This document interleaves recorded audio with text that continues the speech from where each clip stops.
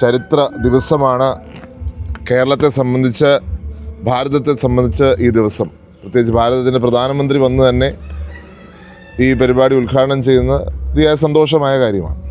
കേരളത്തിൽ സർക്കാർ അതിനെ ഫെസിലിറ്റേറ്റ് ചെയ്യുന്നതും നല്ല കാര്യം തന്നെയാണ്.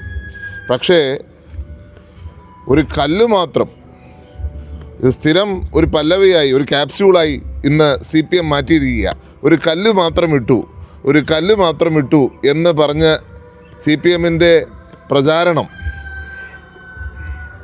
പച്ചക്കള്ളമാണെന്ന് ഏതൊരു വ്യക്തിക്കും അറിയാം. 2004 അദ്ദേഹം ആദ്യം മുഖ്യമന്ത്രിയായപ്പോൾ മുതൽ പൂർണ്ണമായി വിഴിഞ്ഞം നടപ്പിലാക്കുവാൻ ശ്രമിച്ച വ്യക്തിത്വമാണ്.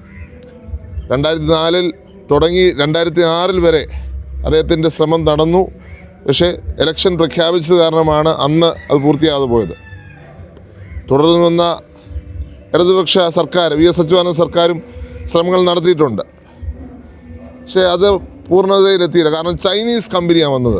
നിങ്ങൾക്കറിയാം, ചൈനീസ് കമ്പനിക്ക് ഇന്ത്യയുടെ സാഹചര്യത്തിൽ ഒരു കാരണവശാലും ഒരു ക്ലിയറൻസ് കൊടുക്കാൻ സാധിക്കുന്ന പ്രശ്നമില്ല. ഭാരതത്തിൻ്റെ സുരക്ഷയുടെ പ്രശ്നമാണ്.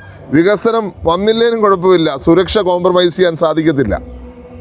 അപ്പോഴാണ് സർക്കാർ മാറി, പുതിയ സർക്കാർ വന്നു. എൻവയൺമെൻറ്റ് ക്ലിയറൻസ് മേടിച്ചെടുത്തത് ഈ സർക്കാർ. ആർക്കിടെക്ചർ സ്ട്രക്ചർ അപ്രൂവൽ മേടിച്ചത് ഈ സർക്കാർ. എൻ്റെ വയബിലിറ്റി ഗ്യാപ്പ് ഫണ്ട് മേടിച്ചെടുത്തത് ഈ സർക്കാർ. സെക്യൂരിറ്റി ക്ലിയറൻസ് മേടിച്ചത് ഉമ്മൻചാണ്ടി സർക്കാർ. അതിൻ്റെ തറക്കല്ലിട്ടത് ഉമ്മൻചാണ്ടി സർക്കാർ. തറക്കല്ലിട്ടത് മാത്രമല്ല, പണി തുടങ്ങുകയാണ് ചെയ്തത്. 1000 ദിവസത്തെ കൗണ്ട് ഡൗൺ വെച്ച് പണി തുടങ്ങി മുന്നോട്ട് പോയി. 2019 തീർക്കണം എന്നാണ് വെച്ചത്. പക്ഷേ സർക്കാർ മാറി. ഈ ഗവൺമെൻറ് പിന്നെന്താ ചെയ്യാനുള്ളത്?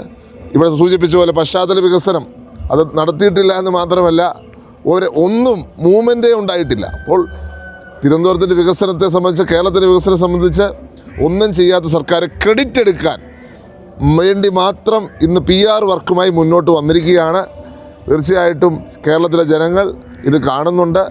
തീർച്ചയായിട്ടും നന്ദി പറയുകയാണ് ശ്രീ M. വിൻസെൻറ്റിനോട്. ഈ ദിവസം തന്നെ അദ്ദേഹത്തെ ഓർമ്മിച്ചുകൊണ്ട് ആ ഉദ്ഘാടനത്തിന് പോകണമെന്ന് അദ്ദേഹത്തിൻ്റെ ധീരമായ ഒരു തീരുമാനം. പക്ഷേ ഒരു കാര്യമുണ്ട്, ഉമ്മൻചാണ്ടിയുടെ ഓർമ്മകളെപ്പോലും ഭയപ്പെടുന്നുകൊണ്ടാണ് പ്രതിപക്ഷ നേതാവിനെ ഈ പരിപാടിയിലേക്ക് ക്ഷണിക്കാത്തത്. കാരണം കഴിഞ്ഞ പരിപാടിക്ക് പോയപ്പോൾ പ്രതിപക്ഷ നേതാവ് സധൈര്യം പറഞ്ഞു ഉമ്മൻചാണ്ടിയാണ് ഇതിൻ്റെ പുറകിലുള്ള ശക്തിയെന്ന്. അപ്പോൾ പരമാവധി കോൺഗ്രസ് നേതാക്കന്മാരെ ഒഴിവാക്കാൻ വേണ്ടിയാണ് സർക്കാർ ശ്രമിക്കുന്നത്, ഉമ്മൻചാണ്ടിയെ ഭയപ്പെട്ടുകൊണ്ടാണ്.